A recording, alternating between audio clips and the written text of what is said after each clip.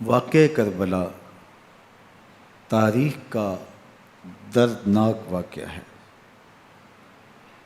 یہ اقتدار کی جنگ نہیں تھی، اقدار کی جنگ تھی۔ دو شخصیتوں کی لڑائی نہیں تھی، دو نظریات کا ٹکراؤ تھا۔ یہ حق اور باطل کا معرکہ تھا۔ یزید ظلم کا استعارہ ہے، حسین ابن علی امن کی علامت ہے۔ یزید جبر کا پتلا ہے، حسین صبر کا پیکر ہے۔ یزید اپنی بدطینت فطرت اور اپنی طبع ناہموار کے باعث دنیا پر ذلت و رسوائی، ظلم، جبر، جور و زیادتی کی علامت بن کے ابھرا، اور حسین ابن علی رضی اللہ تعالی عنہ حق و صداقت کا نشان بن کے ابھرا۔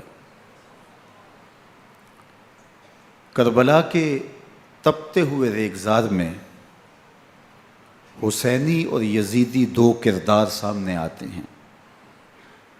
اقبال نے کہا تھا، موسیٰ و فرعون و شبیر و یزید، ایند و قوت از حیات آید پدید، زندہ حق از قوت شبیری است، باطل آخر داغ حسرت میری است، سرخ رو عشق غیور از خون او، شوخی ای مصرع از مضمون او، تا قیامت قطع استبداد کر، موج خون او چمن ایجاد کر۔ یزید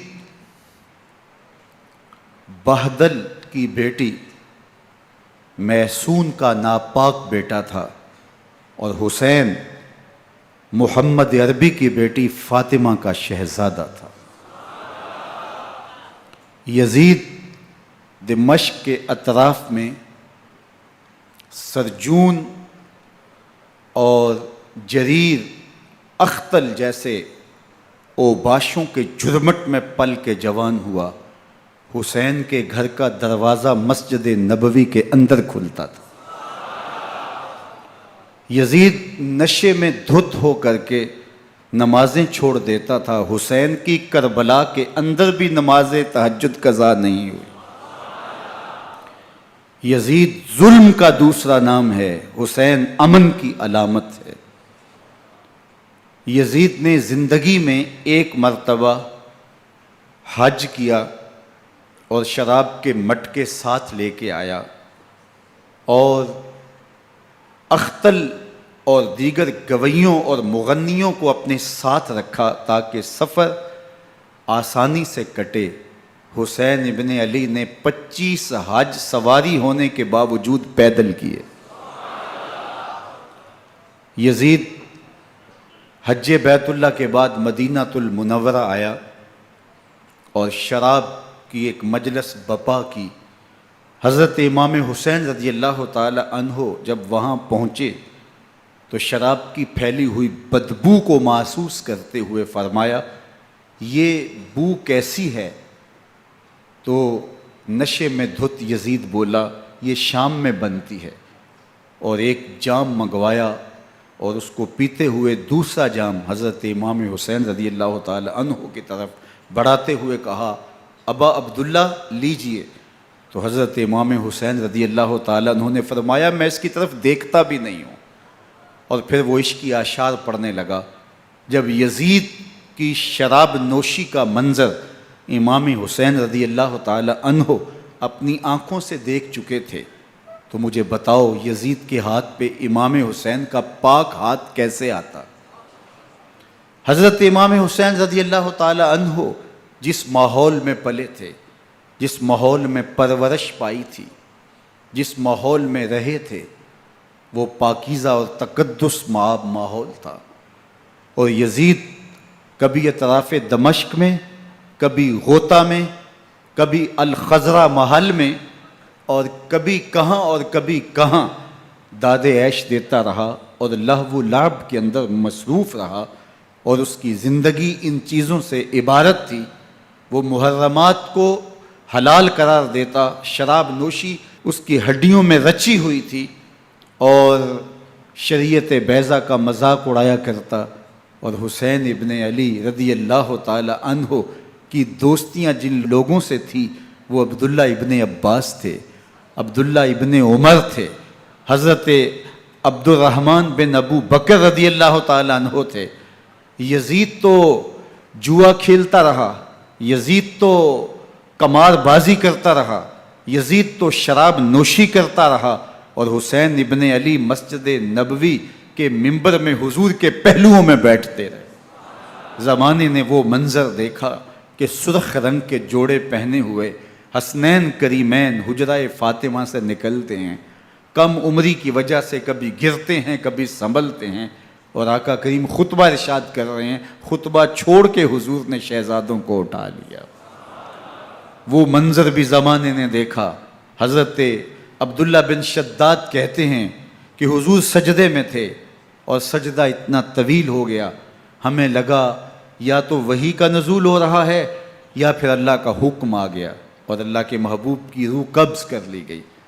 لیکن میں نے جب نظریں اٹھا کے ننکیوں سے دیکھا تو کیا منظر تھا کہ حسین ابن علی حضور کی پشت پہ بیٹھے ہوئے اور میرے آقا سجدے کو طول دے رہے ہیں۔ اللہ اکبر! حسین کے لیے پیغمبر کے سجدوں کو طول دیا جا رہا ہے۔ حسین ابن علی کبھی ممبر پہ حضور کی اطراف میں بیٹھتے ہیں، وہ منظر بھی دنیا نے دیکھا کہ حضور کے مبارک کندھوں پر حسین ابن علی بیٹھے ہیں اور حضور کی زلفوں کو پکڑا ہوا ہے۔ تو حضرت عمر رضی اللہ تعالیٰ عنہ دیکھ کے کہتے ہیں واہ واہ کیسی سواری میسر آئی حسین ابن علی کو۔ تو میرے آقا مسکرا کے کہتے ہیں عمر سواری دیکھتے ہو سوار بھی تو دیکھو۔ اللہ اکبر! حضرت اسامہ بن زید بن حارثہ رضی اللہ تعالیٰ عنہ فرماتے ہیں رات کا ایک پہر گزر گیا اور مجھے حضور سے کوئی کام تھا، میں آقا کریم کی خدمت میں حاضر ہوا، در دولت پہ دستک دی، حضور تشریف لائے تو چادر اوڑی تھی، بکل کی ہوئی تھی میرے حضور نے، تو میں نے اپنی حاجت کہی تو حضور نے میری حاجت پوری کر دی۔ لیکن ایک منظر میں نے دیکھا کہ حضور نے جو چادر کی بکل فرمائی تھی اس کے اطراف میں پہلوؤں میں ابھار تھے جس طرح اندر کوئی ہو۔ مجھ سے نہ رہا گیا، میں نے پوچھ لیا، میں نے کہا بندہ نواز چادر کے اندر کیا ہے؟ فَكَشَفَهُ، تو حضور نے چادر کو کھول دیا۔ فَإِذَا الْحَسَنُ وَالْحُسَيْنُ عَلَىٰ وَرِكَيْهِ، تو کہتے ہیں میں نے اپنی آنکھوں سے دیکھا ایک پہلو سے امام حسین لپٹے ہوئے تھے، ایک پہلو سے امام حسن لپٹے ہوئے تھے۔ فرمایا یہ میرے بیٹے ہیں، یہ میری بیٹی کے بیٹے ہیں، اے اللہ میں ان سے پیار کرتا ہوں، تو بھی ان سے پیار کر، جو ان سے پیار کرے اس سے بھی پیار کر۔ ان کی محبت کا درس دیا، ان کے پیار کا سبق پڑھایا، کہا ان سے پیار کرنے والا میرے سے پیار کرنے والا ہے، ان سے بغض رکھنے والا میرے سے بغض رکھنے والا ہے۔ ان کی تکلیف حضور کو بے چین کر دیتی تھی۔ حضرت سیدہ فاطمہ الزہرا رضی اللہ تعالی عنہ کے گھر کے قریب سے گزرے تو حضرت امام حسین کے رونے کی آواز آ رہی تھی، تو آقا کریم علیہ السلام نے فرمایا کہ فاطمہ حسین کو چپ کرواؤ، الا تعلمی ان بقاءہ یوزینی، تو جانتی نہیں حسین کا رونا مجھے دکھ دیتا ہے۔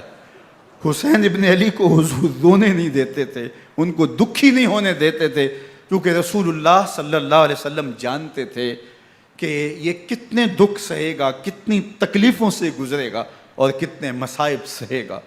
زمانے نے وہ گھڑیاں بھی دیکھیں کہ حضرت حذیفہ بن یمان رضی اللہ تعالیٰ عنہ فرماتے ہیں کہ میں حضور کی خدمت میں نماز مغرب کی ادائیگی کے لیے حاضر ہوا، اور میں نے یہ اجازت خاص طور پہ اپنی ماں سے اس شرط پہ لی تھی کہ امی آپ مجھے اجازت دیں، میں حضور کی خدمت میں حاضر ہوتا ہوں، مغرب کی نماز بھی ادا کروں گا اور پھر حضور سے عرض کروں گا حضور میرے لیے اور میری ماں کے لیے بخشش کی دعا کر دیجئے۔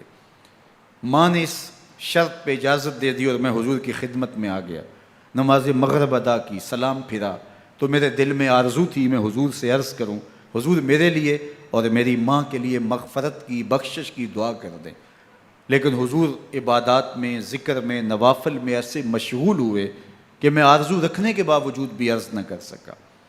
خیر نماز عشاء کا وقت ہوا، اذان پکاری گئی، حضور مصلی پہ آئے، نماز پڑھی، سلام پھرا، تو میرے دل میں پھر خیال آیا کہ ماں سے ایک نماز کی چھٹی لی تھی، نمازیں بھی 2 ہو گئیں، ماں نے جاتے پوچھنا ہے حضور سے میرے لیے اور اپنے لیے مغفرت کی، بخشش کی دعا کروائی تھی، تو کیا جواب دوں گا؟ اور حضور اٹھے اور کاشانہ اقدس کی طرف چل دیے۔ اب میرے دل میں یہ خیال رہ کے آ رہا تھا کہ ماں کو کیا جواب دوں گا، میں تو حضور سے بخشش و مغفرت کی دعا کروا ہی نہیں سکا۔ جب حضور چل پڑے تو غیر ارادی طور پہ میں بھی حضور کے پیچھے چل پڑا۔ چلنے میں تھوڑی سی رفتار تیز ہو گئی، جس سے قدموں کی آہٹ پیدا ہوئی، تو جب آواز پیدا ہوئی تو حضور نے رخ پھیرے بغیر فرمایا من ھذا، میرے پیچھے پیچھے کون آ رہا ہے؟ پھر خود ہی کہا حذیفہ تو نہیں؟ تو میرا دل دھڑک رہا تھا، قلت نعم، میں نے کہا جی حضور میں حذیفہ ہوں۔ فرمایا ما حاجتک غفر اللہ لک ولامک، کیا کام ہے؟ اللہ تجھے بھی بخش دے، تیری ماں کو بھی بخش دے۔ اب جو کام تھا وہ جنبش لب سے پہلے ہی ہو گیا، یہاں تو لفظوں کا سہارا بھی نہیں لینا پڑتا، وہ بند لبوں کی بولیاں بھی سنتے ہیں۔ اقبال بولا ہے فروغت صبح آثار و دہور، چشم تو بی نندائے ما فی الصدور، تیری نظر تو سینوں کے چھپے راز بھی دیکھتی۔ تو کہا ما حاجتوں کا غفر اللہ لک ولامک، اللہ تجھے بخش دے، تیری ماں کی بھی مغفرت کر دے، کیا کام ہے؟ اب جو کام تھا وہ تو ہو گیا۔ تو میرے حضور نے ارشاد فرمایا حذیفہ سنو، ابھی ایک فرشتہ آیا ہے جو اس سے قبل دھرتی پر پہلے کبھی نہیں آیا، آج پہلی مرتبہ اللہ سے اجازت لے کے 2 کام کرنے آیا ہے، ایک تو مجھے سلام کرنے آیا ہے اور دوسرا خوشخبری دینے آیا ہے کہ آپ کی بیٹی فاطمہ جنتی عورتوں کی سردار ہے اور حسن اور حسین جنتی جوانوں کے سردار۔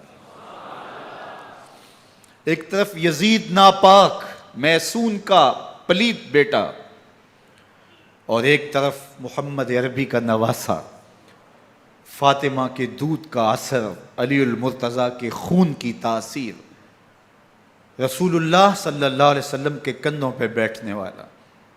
ایک دن حضور نے امام حسین رضی اللہ تعالیٰ عنہ کے ہاتھ پکڑ لیے اور ان کے پاؤں اپنے پاؤں پہ رکھے اور پھر فرمایا بیٹے آگے بڑھو، اور ان کے پاؤں حضور کی پنڈلیوں پہ آئے، پھر کہا بیٹے اور آگے بڑھو، حتیٰ کہ ان کے پاؤں حضور کی رانوں پہ آئے، پھر فرمایا بیٹا اور آگے بڑھو، تو ان کے پاؤں حضور کے مبارک بطن اقدس پہ آئے، پھر بازوؤں کو کھینچ کے اپنے قریب کیا اور حسین ابن علی کے منہ میں اپنی زبان رکھ دی، اور وہ اس طرح چوس رہے تھے جس طرح کھجور چوسی جاتی ہے۔ تو اللہ کے محبوب علیہ السلام نے حسین ابن علی کو اپنی زبان کا لعاب دہن دے کر کے، وہ شیر رحمت دے کر کے، وہ کوثر و تسلیم سے پاکیزہ تر آب رحمت عطا کر کے ان کی ہمیشہ کے لیے پیاس بجھا دی، تاکہ کل کربلا کے تپتے ہوئے ریگزار میں حسین ابن علی کو پیاس کی شدت تنگ نہ کرے اور پائے استقلال میں لغزش نہ آنے پائے۔ ان نازوں سے پالے ہوئے حسین کو، ان محبتوں سے پالے ہوئے حسین ابن علی کو امتحان بھی اتنے بڑے درپیش تھے۔ یاری تیری سونا پر ازمیشاں تیریاں اگ، سونا پرکھیا جامدہ ہے نال اگاں دے لگ۔ جتنا بڑا شخص ہوتا ہے اتنی آزمائشیں بھی بڑی ہوتی ہیں۔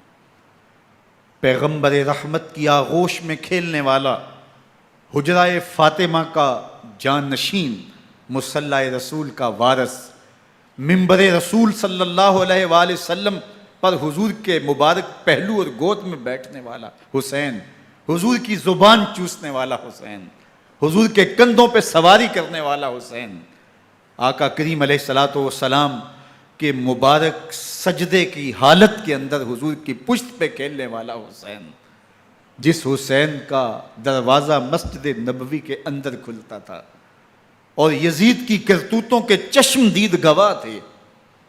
یزید جب تخت نشین ہوتا ہے تو اسے یہ فکر ہوتی ہے کہ امام حسین، عبداللہ بن زبیر، عبداللہ بن عمر، عبداللہ ابن عباس یہ میری بیعت کریں۔ اور وہ ولید بن عقبہ کو لکھتا ہے کہ ہر صورت میں ان کی بیعت لو، اور اگر بیعت نہ دیں تو سختی کرو۔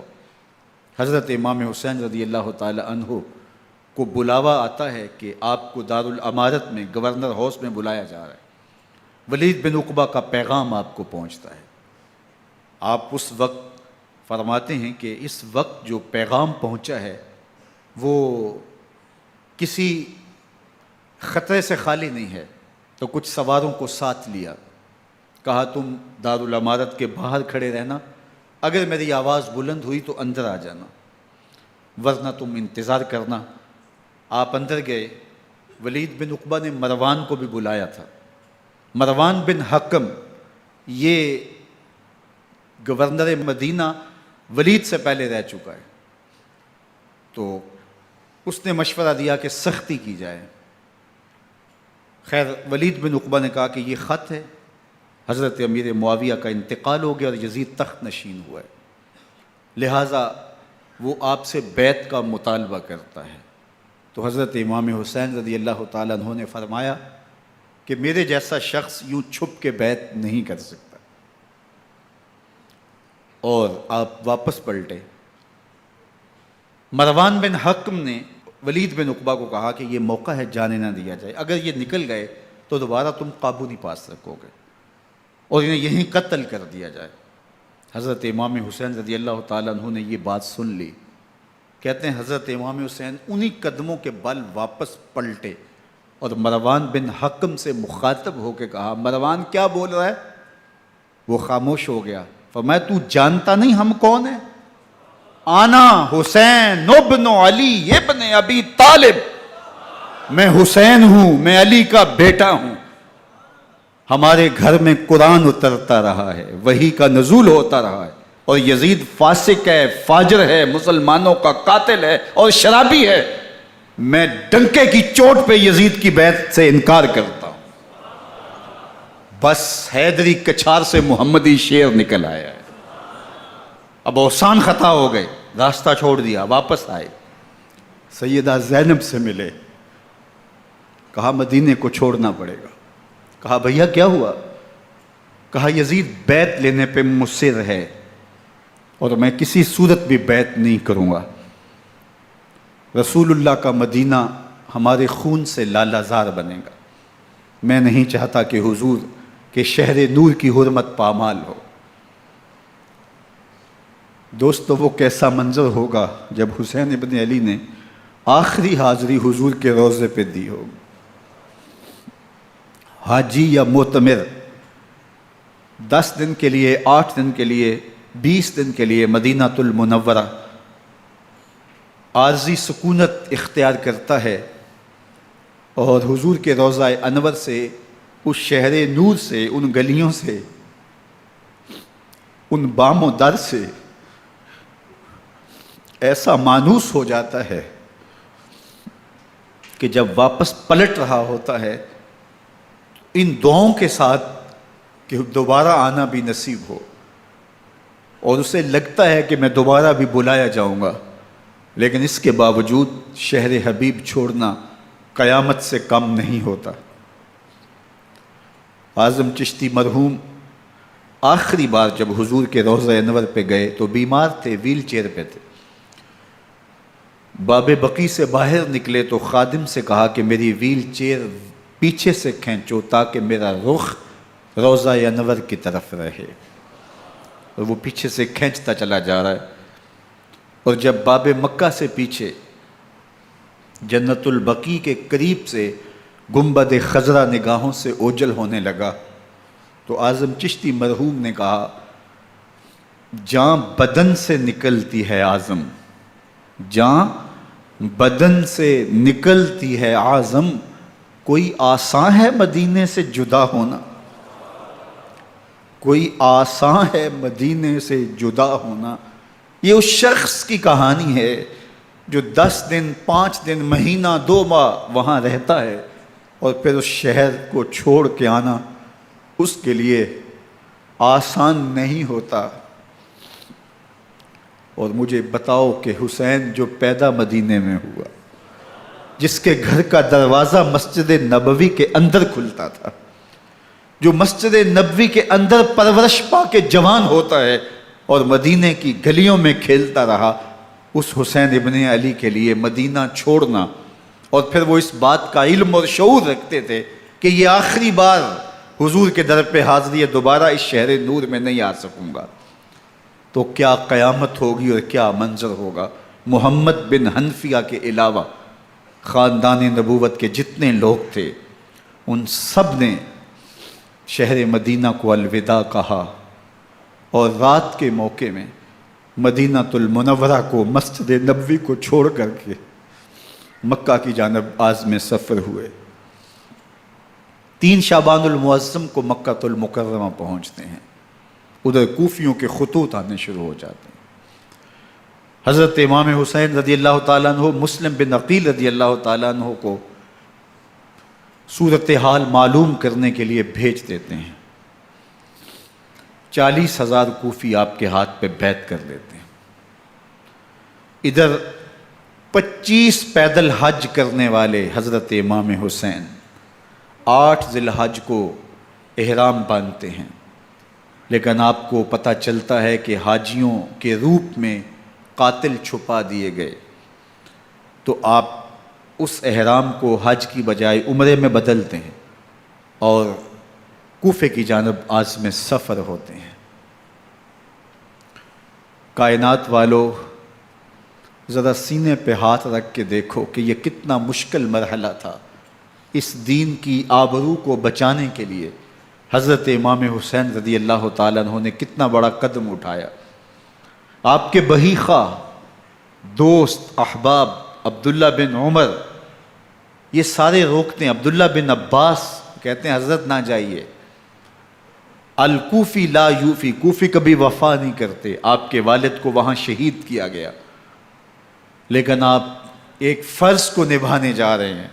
میرے غم گسارو، میرے مہربانوں، نہ روکو مجھ کو جانے دو، مجھے نانے کے دی کی ڈوبتی کشتی بچانے دو، میں جاتا ہوں کہ دنیا پر وفا کا نام رہ جائے، میں رہوں نہ رہوں پر عظمت اسلام رہ جائے۔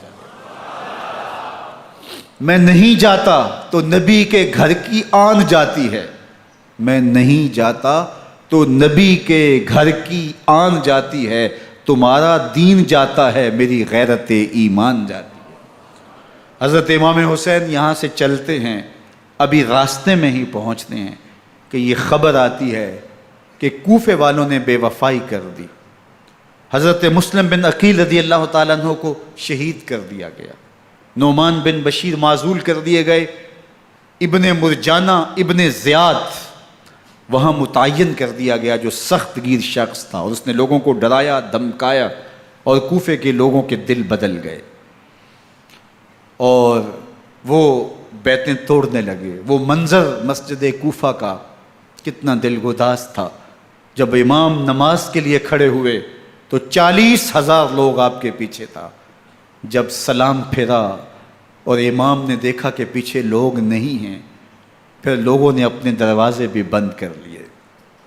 رات کی تنہائیاں ہیں اور حضرت مسلم بن عقیل کو کوئی پناہ دینے والا نہیں ہے، لوگوں نے دروازے بند کر لیے کہ کہیں ہمارے گھر میں نہ آ جائیں اور ہم مشقت اور حکومتی تشدد کا شکار نہ ہوں۔ کتنا دردناک لمحہ ہے حضرت مسلم بن عقیل رضی اللہ تعالیٰ عنہ پہ، اور پھر حضرت مسلم بن عقیل بے دردی سے شہید کر دیے جاتے ہیں۔ آپ ابھی راستے میں ہیں، یہ ساری کہانی پہنچتی ہے کہ حضرت مسلم شہید کر دیے گئے اور بے دردی سے شہید کر دیے گئے۔ وہ جنہوں نے خط لکھے تھے کہ ہم آپ کے ساتھ ہیں اور ہم منتظر ہیں، چشم برا ہیں، آپ کے قدموں کی چاپ سننے کے لیے بےتاب ہیں، آج انہوں نے بیتیں توڑ دی، 40,000 کوفی منحرف ہو گئے۔ مسجد کوفہ کا وہ منظر کس قدر روح کو تڑپا دینے والا تھا۔ ہم پچھلے سال عصر اور مغرب کے درمیان جب کوفہ پہنچے تو سورج ڈوبنے کے قریب تھا۔ میں نے اپنی زندگی میں اتنا اداس موسم کہیں نہیں دیکھا جتنا اداس موسم کوفے میں دیکھا۔ ایسے لگتا تھا جس طرح کوفے کی آب و ہوا آج بھی شرمندہ ہے۔ جو مسلم بن عقیل اور خاندان نبوت کے ساتھ اہل کوفہ نے کیا، حضرت امام حسین رضی اللہ تعالیٰ عنہ کو ان کے بہی خواہوں نے، اعزاء نے، اقربا نے، دوستوں نے، آوان و انصار نے، ساتھیوں نے کہا کہ حضرت حالات یکسر تبدیل ہو گئے، اب ہمیں مراجعت کر جانی چاہیے، واپس پلٹ جانا چاہیے۔ تو حضرت امام حسین کافی سوچ بچار میں رہے، پھر اس کے بعد آپ نے فیصلہ کیا کہ ہم آگے بڑھیں گے۔ دوستوں نے کہا کہ حضرت اگر آپ آگے بڑھیں گے تو ہمیں لگتا ہے کہ وہ آپ کے ساتھ سلوک اچھا نہیں کریں گے اور آپ بچوں کے سامنے پیاس سے شہید کر دیے جائیں گے۔ تو حضرت امام حسین رضی اللہ تعالیٰ عنہ نے وہاں ایک خطبہ ارشاد فرمایا کہ لوگو تم جو مجھے بتا رہے ہو مجھے اچھی طرح معلوم ہے، جو تم مجھے منظر پیش کر رہے ہو وہ میری نگاہوں میں ہے، اور جو کچھ ہونے والا ہے چشم تصور وہ منظر دیکھ رہی ہے۔ چونکہ حضرت امام حسین رضی اللہ تعالیٰ عنہ کی شہادت کی خبر حضرت امام حسین کے پیدا ہوتے ہی خاندان نبوت میں عام تھی۔ حضور علیہ الصلوۃ والسلام کو یہ بات جبریل امین نے آ کے بتائی تھی جب حسین ابن علی کے ساتھ حضور محبت کا اظہار کر رہے تھے، تو یہ جبریل امین نے آ کے کہا تھا حضور آپ کا یہ بیٹا ارض طف میں شہید کر دیا جائے گا، اور کربلا کی مٹی لا کے حضور کو دی اور ام سلمہ کو حضور نے عطا کر دی۔ حضرت ام سلمہ کہتی ہیں کہ ایک دن میں سوئی تو خواب دیکھا کہ حضور کے مبارک بال بکھرے ہوئے ہیں اور سخت پریشان ہیں، تو میں نے کہا کہ حضور آپ کی یہ کیا حالت ہے؟ وَبِيَدِهِ قَارُورَةٌ، اور حضور کے ہاتھ میں ایک شیشی ہے، فِيهَا دَمٌ، جس کے اندر خون ہے۔ تو میں نے کہا حضور یہ کیا؟ فرمایا میں قتل گاہ حسین سے آ رہا ہوں اور یہ حسین ابن علی کا خون ہے۔ تو کہا 10 محرم کا دن تھا، دوپہر کا یہ منظر تھا، میں کیلولہ کر کے اٹھی، جب میں نے دیکھا تو وہ شیشی جس میں کربلا کی مٹی رکھی تھی وہ خون بن چکی تھی۔ تو یہ خبر پہلے دی گئی تھی، یہ بتا دیا گیا تھا۔ فرمایا میرے دوستو جو تم مجھے بتاتے ہو میں اس سے بے خبر نہیں ہوں، یہ سب کچھ ہونے والا ہے، لیکن اس کے باوجود میں کیوں جا رہا ہوں؟ تو آپ کا ایک تاریخ ساز جملہ ہے جو کربلا کے فلسفے کو ہمارے سامنے رکھتا ہے کہ یہ اتنا بڑا امتحان کیوں دیا۔ حضرت امام حسین رضی اللہ تعالیٰ عنہ نے فرمایا وَلَكُمْ فِي أُسْوَةٌ، میں اس لیے جا رہا ہوں قیامت تک ظلم، جبر اور ناانصافی کے خلاف کھڑے ہونے والوں کے لیے کوئی نمونہ تو ہو۔ میری زندگی قیامت تک ظلم، جبر اور استحصالی نظام کے خلاف کھڑے ہونے والوں کے لیے نمونہ ہے۔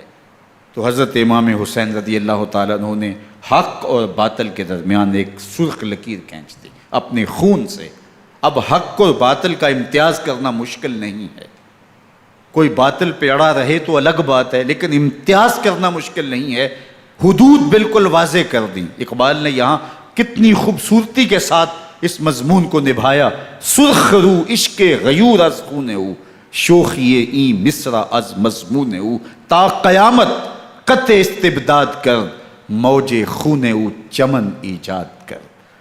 ایک جہاں آباد کر دیا، حق اور باطل کی راہیں اجال دی۔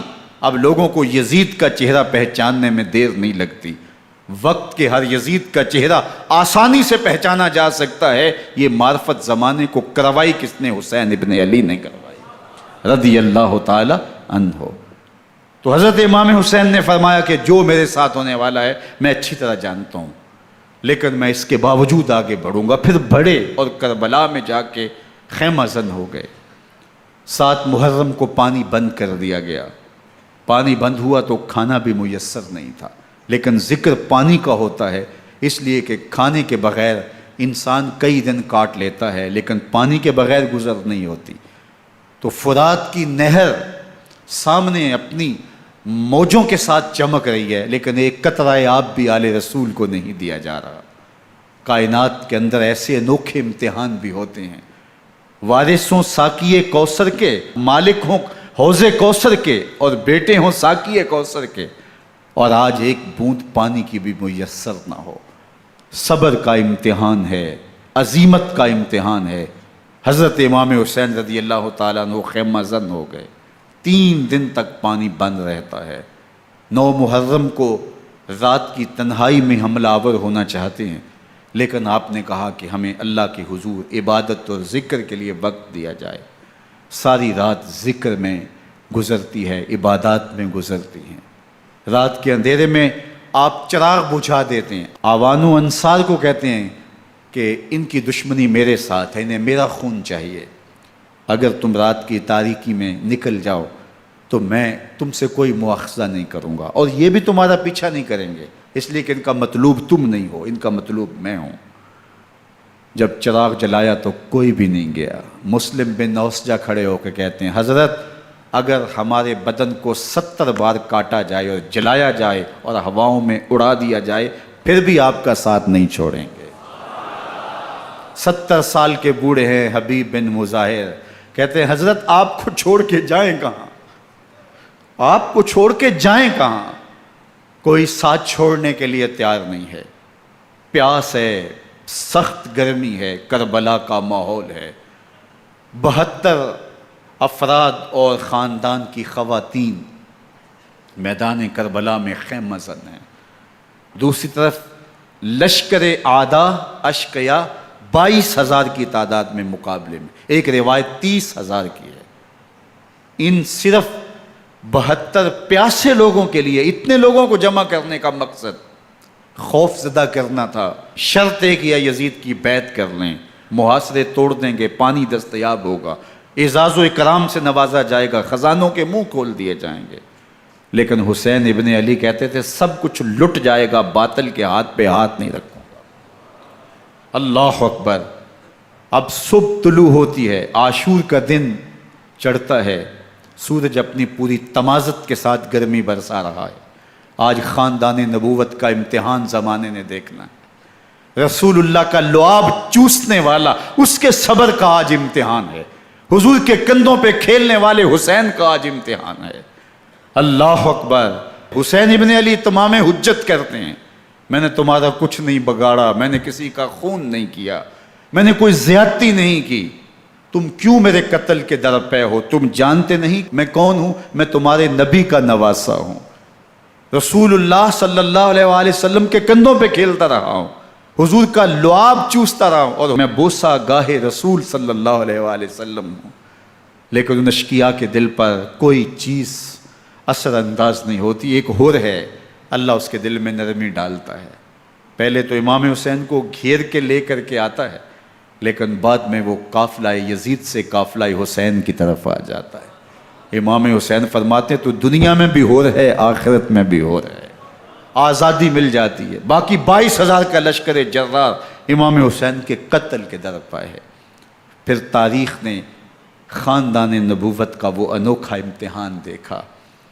حضرت امام حسین کے بچے بالخصوص خواتین پیاس کی شدت میں حلق خشک ہیں۔ حضرت سکینہ تڑپ کے اپنے باپ سے کہتی ہیں کہ مجھے 6 ماہ کے علی اصغر کی پیاس نہیں دیکھی جا رہی۔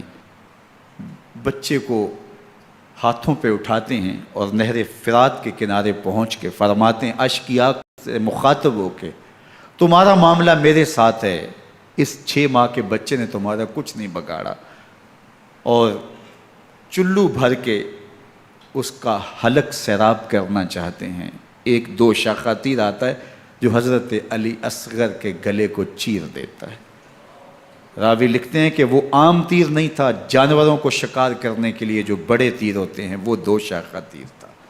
وہ گردن کو کاٹ دیتا ہے، خون بہنے لگتا ہے، گردن لٹک جاتی ہے۔ حضرت امام حسین وہ بہتا ہوا خون اپنے چلو میں لیتے ہیں اور آسمان کی طرف اچھال کے کہتے ہیں مالک حسین کی یہ قربانی بھی قبول فرما۔ یہ تماشا لب بام نہیں ہے۔ بچہ بیمار ہو، ڈاکٹر جواب دے دیں، ماں باپ کے ہاتھ پھول جاتے ہیں۔ زندگی کی سانسیں ابھی چل رہی ہوتی ہیں، لیکن ڈاکٹر کہے کہ یہ میرے بس کا روگ نہیں ہے، کہیں اور لے جاؤ، تو زندگی کا لف و نشر غیر مرتب ہو جاتا ہے۔ میں سلام پیش نہ کروں حسین ابن علی کو، 6 ماہ کا علی اصغر ہاتھوں میں دم توڑتا ہے، گردن لٹک جاتی ہے، خون بہہ رہا ہے۔ اب خیموں کی طرف بڑھ رہے ہیں لیکن زبان پہ شکایت نہیں ہے، کہتے ہیں مالک حسین کی یہ قربانی قبول کر لے۔ اب خیموں کی طرف آنا، شہر بانوں ام رباب سیدہ زینب حضرت سکینہ سلام اللہ علیہا کا سامنا کوئی آسان کام نہیں تھا، لیکن حسین ابن علی آتے ہیں، شہزادے کو یہاں خیموں کے قریب رکھ کے کہتے ہیں کہ یہ حوض کوثر سے سیراب ہو گیا ہے۔ اللہ اکبر، کوہرام مچ جاتا ہے خیموں کے اندر، کیا منظر ہوگا اور ان کو کن الفاظ کے پیرائے میں ڈھال کر کے ان کیفیات کو بیان کیا جا سکتا ہے جو اہل بیت کے خیموں کے اندر علی اصغر کی شہادت کے بعد کا منظر رقم ہو رہا ہوگا۔ اللہ اکبر، ادھر اشکیا آوازیں دے رہے ہیں، مبارزت کے لیے پکار رہے ہیں۔ زمانے نے پھر وہ منظر بھی دیکھا کہ جوان بیٹے کو 18 سال کی کمائی حضرت امام حسین میدان عمل میں بھیج رہے ہیں۔ وہ علی اکبر جو حسین کا نور نظر ہے، آنکھوں کا قرار ہے، دل کی تسکین ہے۔ اور پھر حضرت علی اکبر جب گھوڑے کی زین سے فرش زمین پہ گرتے ہیں تو باپ کو آواز دیتے ہیں، اور حضرت امام حسین جو ہے وہ آگے جا کے بیٹے کی لاش اٹھاتے ہیں۔ اللہ اکبر، 18 سال کے بیٹے کی لاش کو کندھوں پہ اٹھا کے خیموں تک لاتے ہیں اور ہاتھ پھیلا کے کہتے ہیں مالک حسین کی یہ قربانی بھی قبول فرما۔ کبھی قاسم بن حسن کی لاش اٹھا کے لاتے ہیں، کبھی اون و محمد کی لاشیں اٹھا کے لاتے ہیں، بھتیجوں کی، بھانجوں کی، بھائی عباس کے کٹے ہوئے بازو اور زخموں سے چھدا ہوا لاشا۔ کیا کیا قیامتیں تھیں جو اس کربلا کے ایک میدان کے اندر نہیں توڑی گئیں۔ حضرت امام حسین پر دکھ پہ دکھ، تکلیفوں پہ تکلیفیں۔ اب 71 لاشیں اٹھا کے خیموں تک پہنچا چکے، اور ادھر مبارزت کی دعوت دی جا رہی، آؤ میدان عمل میں آؤ، اب دیر کیوں کر رہے ہو۔ رسول اللہ کا حرم، رسول اللہ کی شہزادیاں جو نازوں میں پلی تھیں، وہ کلیاں جو شبنم کا بوجھ بھی گوارا نہیں کر سکتی تھی، آج مصیبتوں کے پہاڑ ٹوٹ گئے۔ حضرت امام حسین کبھی شہربانوں کو، کبھی ام رباب کو دلاسا دیتے ہیں، کبھی حضرت زینب کو کہتے ہیں۔ حضرت زینب کربلا کے اس میدان کے اندر بڑے حوصلے کے ساتھ اپنے بھائی کے ساتھ کھڑی رہی، اپنے 2 بیٹے راہ خدا میں پیش کیے، ان کی لاشیں وصول کیں، لیکن زینب جس جرأت کے ساتھ، جس پامردی کے ساتھ اس سارے منظر کو حوصلے کے ساتھ سہتی رہی، وہ یقیناً حوصلہ سیدہ زینب سلام اللہ علیہا کا ہی ہے۔ لیکن یہ وہ منظر تھا کہ زینب کا دل بھی ڈول گیا جب حسین ابن علی گھوڑے پہ بیٹھنے لگے اور ان کو گھوڑے میں بٹھانے والا کوئی نہیں تھا، اور جو بھی سوار جاتا پھر واپس اس کی لاش ہی آتی اور حسین ابن علی لے کے آتے۔ آج حسین ابن علی جا رہے ہیں، زندگی کا سارا سرمایہ لٹ رہا ہے، حضرت زینب سلام اللہ علیہا سنبھل نہیں رہی۔ حضرت امام رضی اللہ تعالیٰ عنہ اٹھے اور آپ نے حضرت زینب کو صبر کی تلقین کی اور کہا کہ صبر ہی بہترین ذریعہ ہے اور اللہ کی قربت کا ایک بہترین سبب ہے، اور ان کو صبر کی تلقین کرتے ہوئے فرمایا کہ میرے بعد تم نے اس ذمہ داری کو سنبھالنا ہے اور ان مخدرات اسلام کی، ان شہزادیوں کے پردے کی تم نے حفاظت کرنی ہے۔ اور پھر گھوڑے کی زین کس کے امام حسین لشکر اشکیا کی طرف بڑھتے ہیں۔ اب خیموں سے سسکیوں کی آواز آ رہی ہے، ان کا سردار، ان کا تاجدار آج سب کو چھوڑ کے کربلا کے میدان کی طرف بڑھ رہا ہے۔ جرم کیا کیا، قصور کیا کیا، اس نے کیا زیادتی کی کہ آج نیزوں اور انیوں کے مقابلے میں 22,000 کا لشکر حضرت امام حسین پہ ٹوٹ پڑتا ہے۔ آپ پھر اتمام حجت کرتے ہیں، میں نے کسی کو قتل نہیں کیا، خون ناحق نہیں بہایا، میرے خون کے درپے کیوں ہو، اپنی آخرت کیوں برباد کرتے ہو، تم جانتے نہیں میں کون ہوں، میں تمہارے نبی کا نواسا ہوں۔ لیکن ابن زیاد کہتا ہے مقابلے میں آؤ۔ پھر حضرت امام حسین رضی اللہ تعالیٰ عنہ مقابلے میں آتے ہیں، اور جب گھوڑے کو ایڑ لگا کے دشمن اشقیاء پہ ٹوٹتے ہیں تو پھر ایسا منظر ہوتا ہے کہ وہ بھیڑ بکریوں کی طرح آگے بھاگتے ہیں۔ 71 زخم کلیجے پہ لیے شجاعت کا یہ پیکر جب میدان میں آتا ہے، آواز آتی ہے یہ کون ذی وقار ہے، بلا کا شاہ سوار ہے، لباس ہے پھٹا ہوا غبار سے اٹا ہوا، تمام جسم نازنی چھدا ہوا کٹا ہوا، یہ نبی کا نور عین ہے، یہ بالیقین حسین ہے، یہ حسین ابن علی ہے رضی اللہ تعالیٰ عنہ۔ پھر چاند بادلوں میں گھر جاتا ہے، شامی غنڈے تیر برساتے ہیں، تلواروں سے آپ کے بدن پر ضربیں لگاتے ہیں اور نیزوں سے آپ کے بدن کو پرو دیتے ہیں۔ جب آپ کا پیراہن بعد میں اتارا گیا تو آپ کے پیراہن میں 122 سوراخ تیروں کے تھے، 33 زخم تلواروں کے اور 34 گھاؤ نیزوں کے تھے۔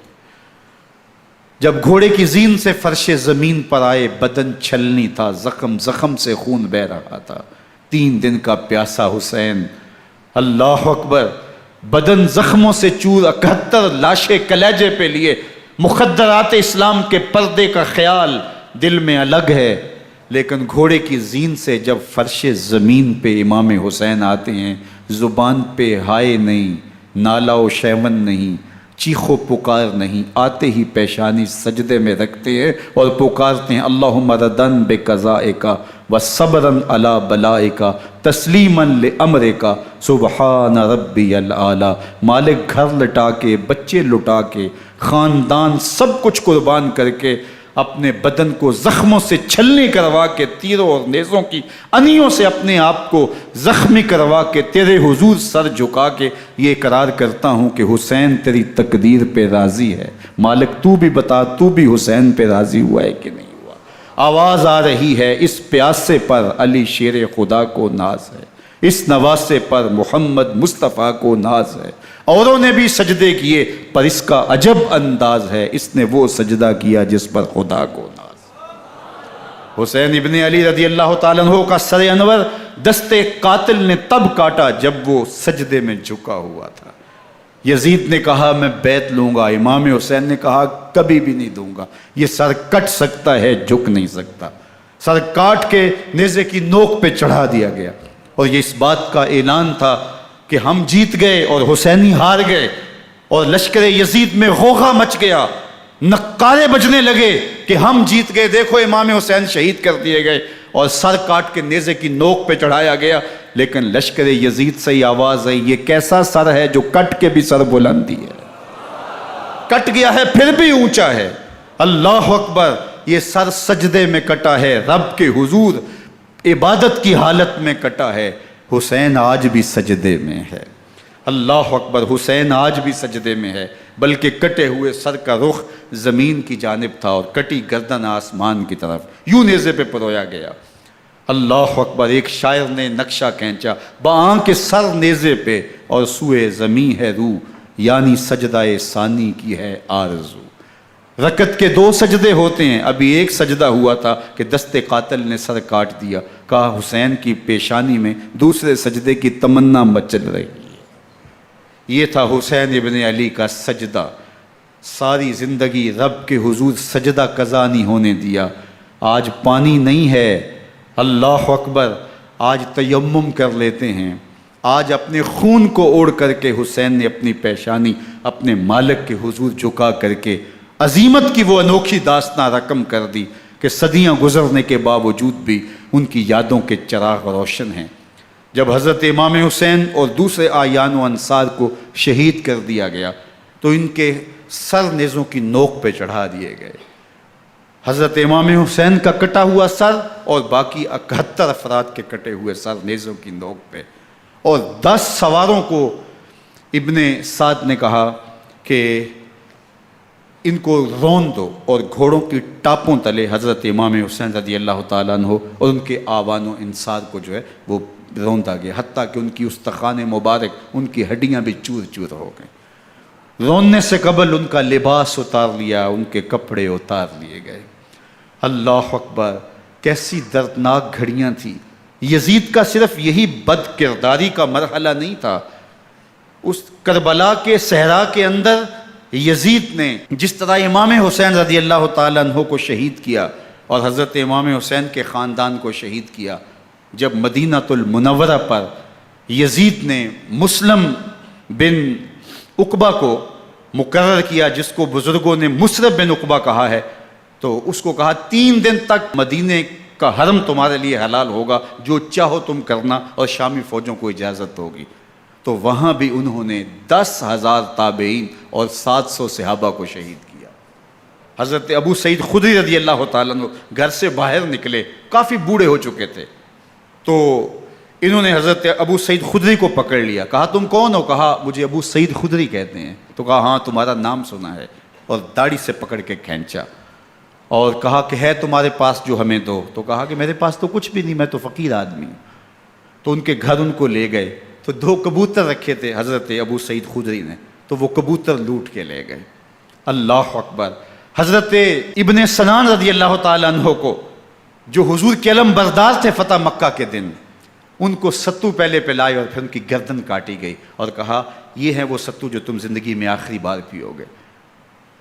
ایک گھر میں داخل ہوئی شامی فوج، تو ایک خاتون کے ابھی بچہ پیدا ہوا تھا، اور قابلہ نے، دائیا نے، وہ بچہ ماں کی چھاتی پہ لٹایا، اور وہ ماں کا پہلا دودھ پی رہا تھا۔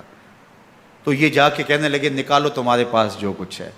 تو اس خاتون نے کہا تم جانتے ہو یہ بچہ کون ہے؟ تو انہوں نے کہا ہم نہیں جانتے۔ کہا یہ حضرت ابن ابی کبشہ انماری رضی اللہ تعالیٰ عنہ کا بچہ ہے، اور یہ وہ صحابی ہیں کہ جو بیت الشجرہ کے موقع پہ حضور کے ہاتھ پہ بیعت کرتے ہیں۔ انہوں نے اس چیز کا لحاظ نہ کیا کہ جو کچھ ہے وہ ہمیں دو، ورنہ تیرے بچے کو نہیں چھوڑیں گے۔ تو ماں بچے سے مخاطب ہو کے کہتی ہے، ابھی بچہ پیدا ہوا ہے اور ماں سے پہلا دودھ پی رہا ہے، کہ بیٹے اگر میرے پاس کچھ ہوتا، وہ قیمتی سے قیمتی چیز بھی ہوتی، تیری جان کے لیے قربان کرتی، لیکن اس وقت میرے پاس کچھ ہے نہیں۔ تو ایک شکی آگے بڑھا اور بچے کو ایک ٹانگ سے پکڑ کے کھینچ کے دیوار کے ساتھ پٹک کے مارا، جس سے دماغ کا بھیجا نکل گیا۔ کیا کیا زیادتیاں نہیں کی۔ 700 صحابہ حرہ کے واقعہ میں شہید کیے یزید نے، اور 10,000 تابعین شہید کیے۔ مسجد نبوی میں ممبر رسول کے ساتھ گھوڑے باندھے، اور وہ ممبر رسول اور مصلی رسول کے قریب لید کرتے رہے۔ حضرت سعید بن المسیب فرماتے ہیں میں نابینا تھا اور حضور کے روضہ انور کے پاس بیٹھا تھا، اور یزید کے سپاہی آتے، جو بھی مسجد میں نظر آتا پکڑ کے لے جاتے، مجھے نابینا سمجھ کے چھوڑ دیتے، لیکن میں پریشان تھا کہ ظہر کا وقت ہوگا، عصر کا وقت ہوگا، مغرب عشاء کا وقت ہوگا، نہ اذان، نہ اقامت، نہ جماعت، تو کیسے مجھے پتہ چلے گا کہ نماز کا وقت ہو گیا، اور کیسی میری نمازوں کا کیا بنے گا؟ میں اس فکر میں بیٹھا تھا۔ لم ازل اسمع الاذان والاقامت من قبر رسول اللہ صلی اللہ علیہ وآلہ وسلم۔ فرماتے ہیں جب بھی پھر نماز کا وقت آیا، گنبد خضرا سے اذان کی بھی آواز آئی، اقامت کی بھی آواز آئی۔ 3 دن تک مسجد نبوی کے اندر گھوڑے بندے رہے، اور مدینہ کی حرمت پامال کی۔ مدینہ کے گھروں کے اندر یہ بدکماش داخل ہوئے، اور جو بدکاریاں انہوں نے کی، کلیجہ منہ کو آتا ہے۔ 1002 شیزائیں ان بدکاروں کی بدکاریوں کی وجہ سے کنواری حالت کے اندر حاملہ ہوئی۔ 3 دن تک مدینے کا حرم انہوں نے پامال کیا، اور پھر مکہ المکرمہ میں کعبۃ اللہ پر گولے برسائے، اور کعبہ کا غلاف جل گیا۔ وہ تو یزید مر گیا، اور حضرت عبداللہ ابن زبیر رضی اللہ تعالیٰ عنہ نے اپنی خلافت کا اعلان کیا۔ یزید کے یہ کرتوت تھے، ادھر اہل مدینہ کو ستایا، ادھر اہل مکہ کو ستایا، اور رسول اللہ صلی اللہ علیہ وسلم کے خانوادے کی بے حرمتی اور توہین کی۔ نہ صرف انہیں قتل کیا گیا، ان کی لاشوں پہ گھوڑے دوڑائے۔ ابن سعد اور شمر جو ہے وہ خیموں میں داخل ہوا، اور مخدرات اسلام کی چادریں چھیننے کی کوشش کی۔ حضرت زینب سلام اللہ علیہ نے مخاطب ہو کے کہا ہمارے چہرے کے رکھوالے چلے گئے ہیں، ظالم تو خیال نہیں کرتا ہم رسول اللہ کی بیٹیاں ہیں۔ حضرت شہربانو، حضرت زین العابدین اور حضرت زینب سلام اللہ علیہ، ان تینوں کو ایک اونٹ پہ باندھا گیا، اور باقی اونٹوں پہ باقی سادات کو، حضور کی شہزادیوں کو باندھا گیا، رسیوں میں جکڑا گیا، اور اونٹوں پہ باندھ کر کے کوفے کی جانب آگے آگے شہیدوں کے سر چل رہے ہیں، اور پیچھے یہ قافلہ چل رہا ہے۔ اور جب یہ قافلہ وہاں سے گزرا جہاں لاشیں پڑی تھیں، امام زین العابدین 14 سال کے تھے اور بیمار تھے، اور ان کا حوصلہ نہ ہوا، وہاں غشی ان کے اوپر آنے لگی، اور وہ منظر ابن کثیر نے، باقی لوگوں سب نے لکھا ہے کہ پھر جب ان کی یہ حالت ہوئی تو پھر سیدہ زینب سلام اللہ علیہ، جنہوں نے ابھی تک بڑے حوصلے کے ساتھ ساری مشکلات کا مقابلہ کیا تھا، اب ان کے بندھن ٹوٹ گئے اور آنکھوں سے آنسو بہنے لگے، اور سیدہ زینب نے امام حسین رضی اللہ تعالیٰ عنہ کی لاش پہ کھڑے ہو کے، اور وہ روندی ہوئی لاش، ٹوٹی ہوئی ہڈیاں، اور وہ برینا بدن، کٹا ہوا سر نیزے کی نوک پہ، اور لاش یہ پڑی ہے، تو حضرت سیدہ زینب نے مدینے کی طرف منہ کر کے جو ہے وہ حضور سے فریاد کی، یا محمد آہو، یا محمد آہو، ھذا حسین بالآراء مزمل بالدماء، یا محمد آہو بناتوں کا سبایا۔ یا رسول اللہ، اے پیارے آقا، یا جد آہو، اے ہمارے نانا محترم، یہ دیکھیے آپ کا حسین پڑا ہوا ہے، بدن سے کپڑے اتار لیے گئے، خاک ہوائیں اڑا رہی ہیں، اور اس کے اوپر چادر جو ہے وہ مٹی کی پڑ گئی ہے۔ حضور آپ کی اولاد کاٹ دی گئی، اور پھر کہا بناتوں کا سبایا، حضور دیکھیے آپ کی بیٹیوں کے ہاتھ باندھ دیے گئے ہیں، اونٹوں پہ کس دیا گیا ہے، سر شہیدہ آگے آگے چل رہے ہیں، اور حضرت سیدنا امام حسین کا آگے آگے سر ہے۔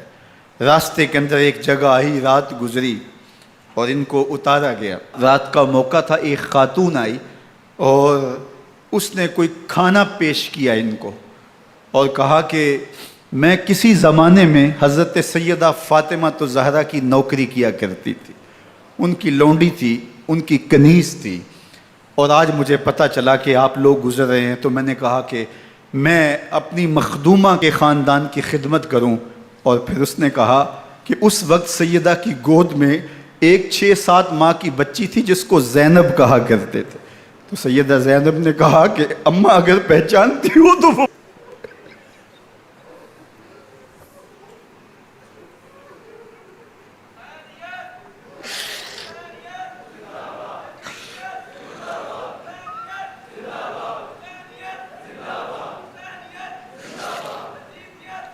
یہ تاراج اور لٹا ہوا کارواں پھر وہاں سے کوفے میں کیسے پہنچا، اور کوفے کے اندر سیدہ زینب سلام اللہ علیہا نے وہ یزید کے دربار میں، ابن زیاد کے دربار میں وہ جرأت آمیز جو باتیں کہیں، اللہ اکبر، زینب کی زبان میں علی کی خطابت بول رہی تھی، اور پھر دشمن اور دوست سارے رونے لگے، اور وہ کیا دل گداز منظر تھے۔ اور پھر یہ سروں کا قافلہ اور سادات کرام کا مشکیں کسی ہوئی ہیں اور اونٹوں پہ باندھے ہوئے، ان کو وہاں سے پھر قادسیہ اور قادسیہ سے پھر دمشق یزید کے دربار میں پہنچایا گیا، اور وہاں سے یہ لٹے ہوئے خانمہ برباد تاراج لوگ مدینہ المنورہ میں کیسے پہنچے، اور اہل مدینہ نے کیسے استقبال کیا، اور وہ منظر کتنا دلگداز تھا جب اہل مدینہ زینب سے پوچھتے تھے زینب حسین کہاں ہے؟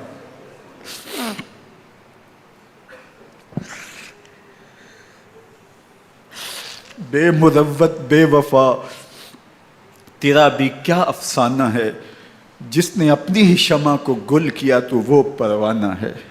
اپنے پیغمبر کے شہزادوں کو اور اپنے پیغمبر کی شہزادیوں کو جو دکھ اس امت نے دیے، یہ کائنات کی ایک انوکھی داستان ہے۔ اللہ ہمیں اسوہ شبیری پہ عمل کی توفیق عطا کرے اور ان کے نقوش پاک کی برکتیں دے، اہل بیت کی محبت ہماری روحوں میں جذب کر دے، اور جس عظیمت کے ساتھ، جس حوصلے کے ساتھ انہوں نے دکھوں کو جھیلا، جو دہکتی آگ کے شعلوں پہ سویا وہ حسین، جو جواں بیٹے کی میت پر نہ رویا وہ حسین، جس نے سب کچھ کھو کے کچھ نہ کھویا وہ حسین، مرتبہ اسلام کا جس نے دوبالا کر دیا، خون نے جس کے دو عالم میں اجالا کر دیا، جو کہ سوزے غم کو سانچے میں خوشی کے ڈھال کے، مسکرایا موت کی آنکھوں میں آنکھیں ڈال کے۔ اے حسین ابن علی تم پر سلام، نازش آل نبی تم پر سلام۔ ذرا میرے ساتھ یہ پڑھ لیجئے، اے حسین ابن علی تم پر سلام، نازش آل نبی تم پر سلام، تم پہ لاکھوں رحمتیں لاکھوں سلام، اے شہیدان محبت کے امام، لالا گوں لالا بدن لالا کفن، اے چمن اندر چمن، زندگی ہی زندگی تیری حیات اے حیات اندر حیات اندر حیات، افتخار ملت بیضا ہے تو، رب کعبہ کی قسم یکتا ہے تو، فخر کا دل میں دریچہ باز کرنا چاہیے، جن کا تو آقا ہے ان کو ناز کرنا چاہیے۔ وآخر دعوانا ان الحمد للہ۔